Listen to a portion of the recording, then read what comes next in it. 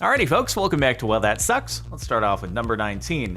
When you come home and your house doesn't smell like pot roast, slow cooking. I was about to say, it's like the most oddly specific Well, That Sucks. I was about to just think my entire life is meaningless because I've never come home to the smell of pot roast. So does that mean every day sucks? Is it only a good day if you come home and you get that smell the second you walk through the door? But no, just forgot to plug it in. I appreciate the red circle there, YouTube thumbnail style. Otherwise, I really actually would have had no idea what was going on. Wouldn't you, though, kind of realize that things aren't heating up? Or does it heat up like really, really slowly to where it's not something you check before you walked out the door? Also, I'd be really worried to leave a heating thing on while I'm not home. Like, what if it starts a fire or something? Maybe it's for the better, because if it's not plugged in, it can't start a fire, so everything will be okay. I asked my aunt to take a pic to look like I was holding up the world. She said it was perfect. I didn't check it till we got home. She obviously, just misunderstood. When you said the world, she thought you just meant, well, the world, like where you're standing. So it kind of looks like you're holding up the street or the air, which is part of the world. Anyway, we can't trust boomers. Actual boomers. I know people call me a boomer, especially now that I'm 28 years old, but actual boomers with technology. Also, definitely check the photo after the fact. Although I've failed to do that at times, and you get home and you're like, well, those suck. Shoot. Someone in Australia was tying their shoe when a firebombing plane had to drop their load due to turbulence. Is that stuff unhealthy for you? I would hope not. But wow. You just see the outline of them. I like how you can actually tell exactly what they're doing. Not that it would have helped if they weren't tying their shoe. It actually is probably better if they were tying their shoe, because that means they'd be looking down, and therefore the fire retardant would be kind of landing on the back of their head and their back. So actually kind of worked out in their favor, because I don't know if fire retardant hurts if it gets in your eyes, but I can't imagine it's like good for you. That smile, that damn smile. It kind of looks photoshopped. I'm not gonna lie. We had a little liquefy tool applied to the cat's face, but it's okay. Yeah, we had a lot of scratched walls at my mom's place. Never got into one of the earphones. This is a case for Bluetooth earbuds, I suppose. But yeah, dude, it's one of the reasons I don't think I could ever have a cat, is like, I don't want to have to just deal with the cat scratching its claws on all the edges of my walls. Getting away from an erupting volcano today. Wow. Hey, you know what? At least it's not your silhouette, like, baked into a wall because some kind of, like, lava thing was coming your way. Okay, so there's a post that I've seen on Reddit before of, like, a petrified human from whenever the Pompeii eruption was or something, just caught in the lava flow. He's in a, like, questionable position. He was just like, you know what? This is going badly, so I'm just going to enjoy myself one last time before it's all over. And so you know what? At least you made it out. Happened to a friend. She was almost finished. I saw this on the front page. It was definitely on a different subreddit, so I don't know if this person just saw that there and decided to repost it, or if it's the same person trying to maximize their karma on a bunch of different subreddits. I mean, you might as well play the Reddit game and get your karma points. I think it was someone who made a statue and then they dropped it. AKA Death by Snoo Snoo. That's what you should title the statue. Keep it, put it in the kiln, live with it, and name it that. Grand Rapids, Michigan reporter gets her new license plate. Well, friends, this is what came in the mail. I'm gonna need something else, please.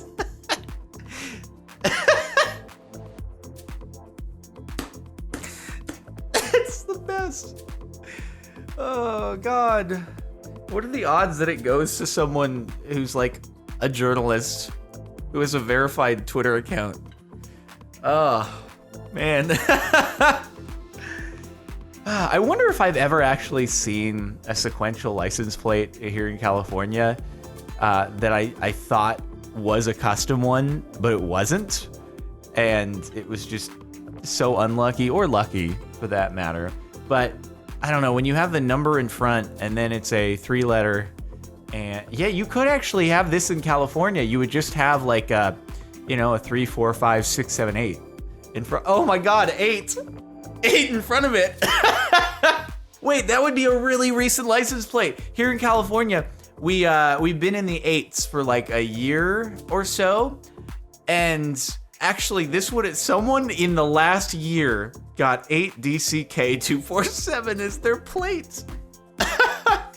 Oh man. Oh, this is brilliant. 120-mile solo hike. Asked an elderly passerby to take a photo for me. I checked it right away, but he struggled enough with the touchscreen that I didn't ask him to take another. Here we have another instance of a boomer attempting to use the camera function on a phone and it going poorly.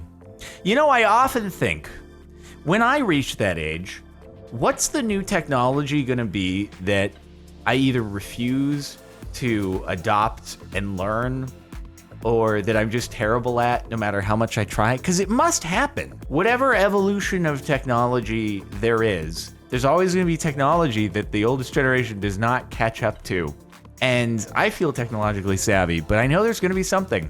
Only time will tell. Maybe I'll still be making YouTube videos. And at that point, I'll just make rants about how I don't understand anything at that point. So apparently Granddad had an interesting career.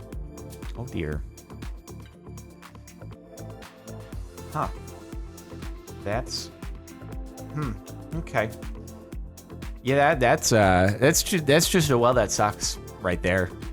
Unless there's, I mean, I suppose there might be people who like collect World War II related things in an innocuous fashion, and you're gonna hope that that's what it is. God dang it. I hope it's not a long flight, dude. Or that you brought some extra entertainment on your phone, or whatever you've got with you. Because what are the odds? Welcome aboard, but not for you.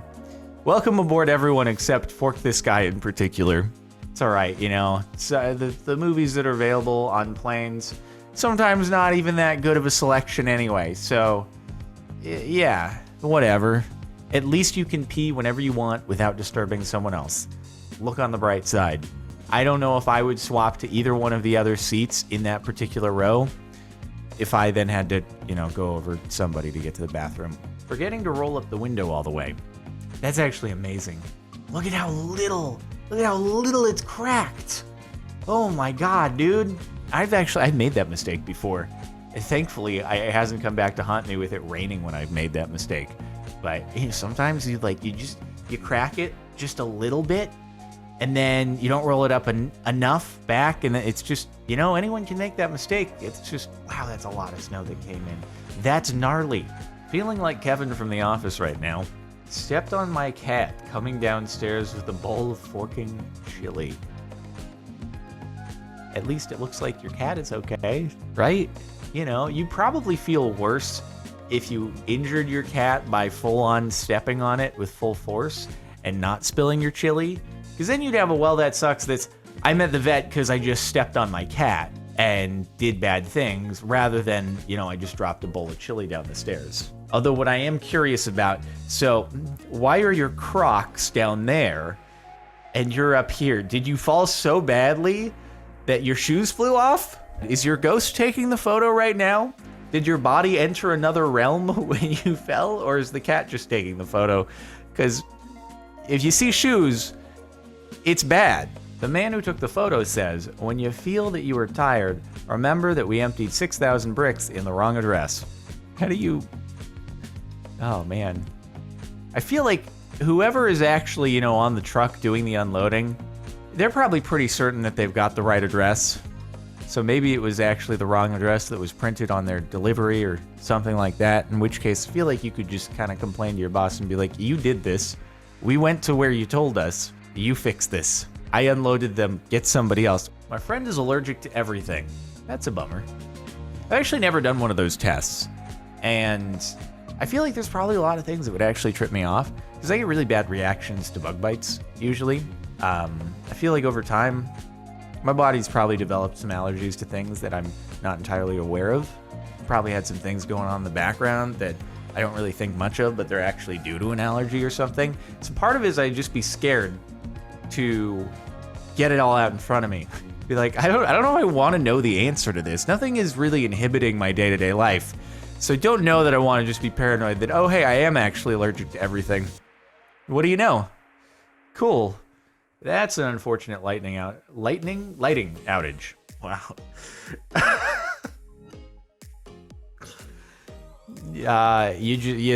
Well, the grandpa from the other post could potentially feel at home here. I don't even know what to comment on these, man. Oh, that is an unfortunate lighting outage. She traded me for the window seat before we got on the plane. I don't know what this is like, because under no circumstance would I ever trade for a window seat. What's it like to have a big bladder? How do you hold it for the entire plane flight and not disturb the person in the aisle seat? Because I'm always impressed. Like on an LA to New York flight, the fact that I can be undisturbed in the aisle seat and I'm the only one getting up to go to the bathroom. Everyone else is just chilling there in their middle and their window. I just not have to pee. It's probably because I can't sleep. It's not like I'm waking up every second going to the bathroom at night. It's just that if I'm awake, I have a small bladder, but I can't sleep on a plane. If you're having a bad day, just remember, you could be the guy who's driving a bus full of potential coronavirus carriers to quarantine while being observed by a man in a hazmat suit. Why? But why is he not in a hazmat suit? Did they? Oh my God, wait. Very appropriately named coaches. They're horsemen, and there's 4 of them. Never tell me the odds, huh? Wait, so oh God, did they only discover this like after the guy had already gotten on the bus and been exposed to the people? Why would they just be like, hey, so Jim, all of us are getting hazmat suits. Appears that we're one short, so you're just gonna have to take one for the team here, okay? That's fine with you, right? Not that you really have a choice, but yeah, no, the next hazmat suit, few hours out. By that point, the bug could have had a lot of time to travel around the area, so we just got to get him to quarantine real quick. So you too as well. You'll be in quarantine on the way there, or when we get there. So yeah, sorry about that. But it's okay. Part of the job. Signed up for it when you took this bus driver job that you might end up in quarantine. So I don't even know how you could like operate the vehicle without just. Wouldn't you be? You'd be so scared, like having a panic attack while you're trying to drive a bus full of people. That's it for the last month of Well That Sucks. Thank you for tuning in. Make sure to like if you like. Check out the playlist in the description if you want to catch more Well That Sucks. Subscribe to the channel if you're not already. And that's it for now. I'll see you next time.